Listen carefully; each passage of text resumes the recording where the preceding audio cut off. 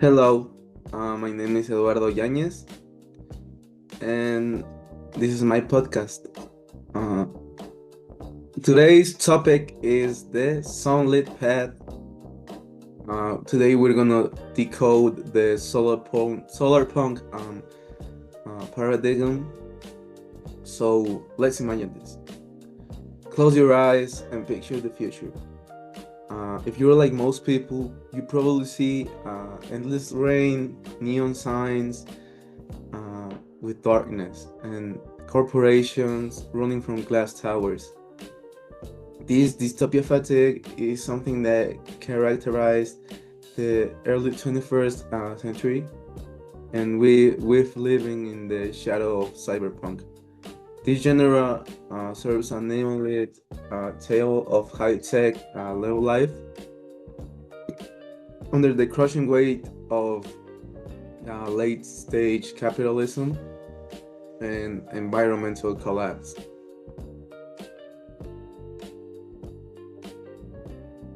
But what if we imagine something else? Welcome to the Sunlit Path. I'm your host, and today we're exploring the emergence of solarpunk, a movement representing a fundamental pivot in the human collective imagination toward a proactive, hopeful vision of planetary survival and flourishing. So, our thesis for today's episode is solarpunk is not just a green aesthetic, it is a form of escapism. It is radical, actionable paradigm rooted in the ecological justice, post scarcity anarchism, and decentralized technology that provides a tangible blueprint for regenerating our planet. So, in the next maybe 10 minutes or so, we're going to break down the philosophy behind this movement.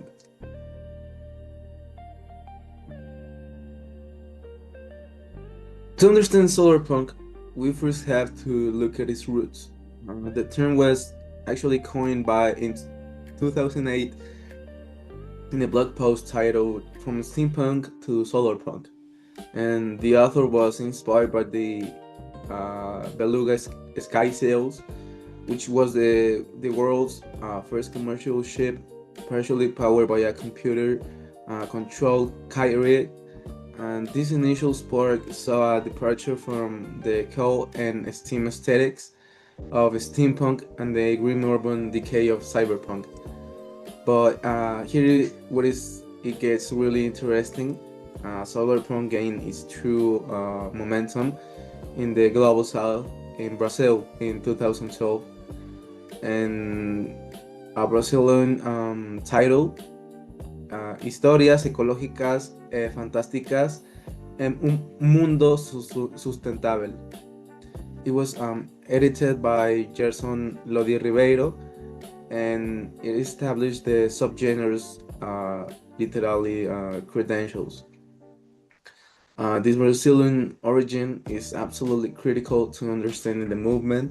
It was not born as a luxury aesthetic for the West, but it emerged as a vision from below, a practical necessity for classes seeking to survive on a planet where industrial hegemons have poisoned the resources.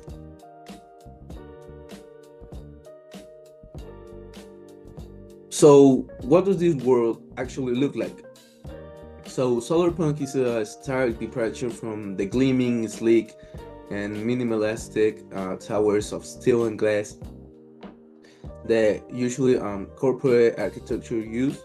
Instead, it was hailed from a movement from the late 19th century. It is called Art Nouveau.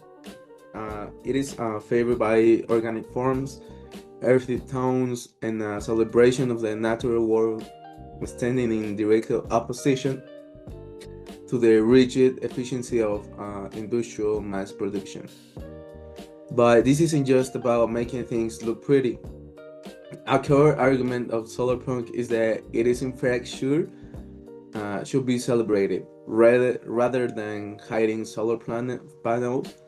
The movement makes them aesthetic centerpieces often utilizing stained glass style and panels that double as shade structures and water collectors. Now, in the solar punk paradigm, architects must be the champions of positive change. By integrating aesthetics and functionality at the same time, they can lower energy consumption and enhance resident well-being.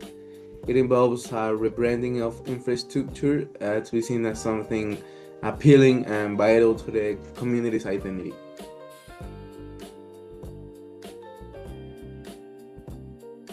While the internet is full of beautiful conceptual renderings, solarpunk finds its most practical and radical expressions right now in the global south. In the global south, communities are navigating the failures of centralized infrastructure. In these regions, solarpunk is not just fiction, it is a blueprint for tech to embrace the sun. So, also at the Colombian Caribbean coast, the Tech to Embrace the Sun initiative works with the local community of Salvatorium in La Guajira to co-design desirable futures through solarpunk storytelling. This project seeks the decolonization of energy, and it moves away from the capitalistic view of nature as cheap merchandise, and instead it treats energy as a fundamental part of life linked to biocultural memory. This contrasts with the transnational corporations that erect green mega projects, like different projects that often disrupts indigenous relationships with their territory. We also see this in innovation in Mexico with the concept of tequiología. This term it involves communities learning to repair, improve, or repurpose machines collectively. It is a practice of creative and joyful resistance that maintains faith in a future beyond ecological collapse.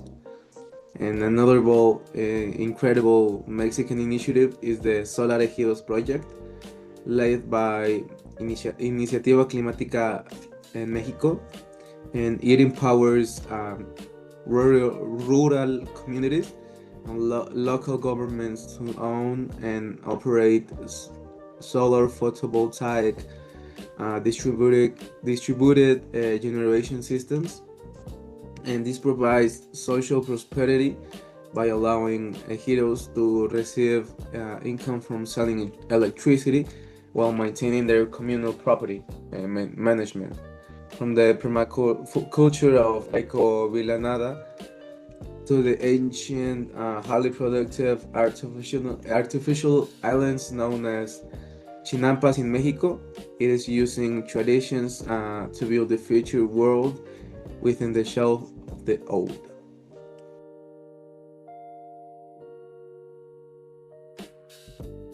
However, we must address the critical counter argument. As the solarpunk aesthetic grows in popularity, it faces a massive threat: corporate capture.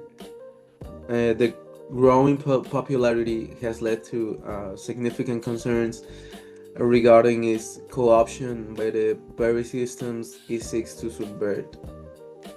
There's a major pitfall where the movement risks being whittled down to a style without principles, a green architecture without green policies. Critics point out that luxury real estate projects often feature leafy cosmetics on unsustainable build towers. We also see corporate marketing using solarpunk to appeal the climate anxiety of Gen Z while continuing to profit from extractive industries. For instance, the firm Robinhood has used commissioned solarpunk artwork on its homepage, and the critics argue that this is a subtle marketing tactic to speak to climate conscious people, even while the firm remains centered on retail investing and options trading.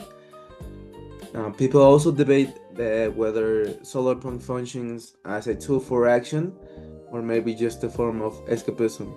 And maybe also some argue that frictionless eco-utopias in art and fiction glass over the hard, often confrontational work of political organizing and confronting fossil fuel interests.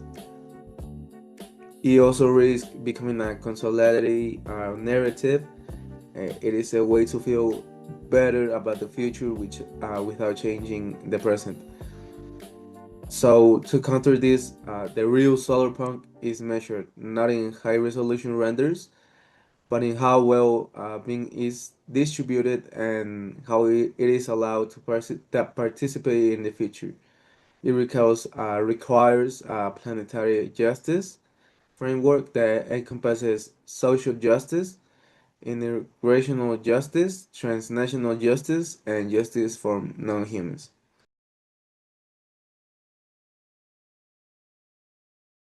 As we wrap up today's investigation, let's return to our thesis. As we said, solarpunk is much more than a genre. The technical shift envisioned by solarpunk requires a transition from concentrated, as we call black box, energy systems to decentralized, transparent ones. It demands appropriate technology tools that are understandable, repairable, and scaled to the community. The transition, however, it won't be easy. Solarpunk narratives focus on the process of building and maintaining community in a world reshaped by climate change, rather than presenting a finished and static utopia. But as the movement continues to evolve, its most potent weapon remains its commitment to radical hope, grounded in action. It reminds us that while the world may be collapsing, the seeds of the new world are already being planted in the ruins of the old. So thank you for walking through the solid path with me today. And remember, the future is not something that happens to us. It is something that we build together. Keep imagining, keep building, and I'll see you next time. Thank you.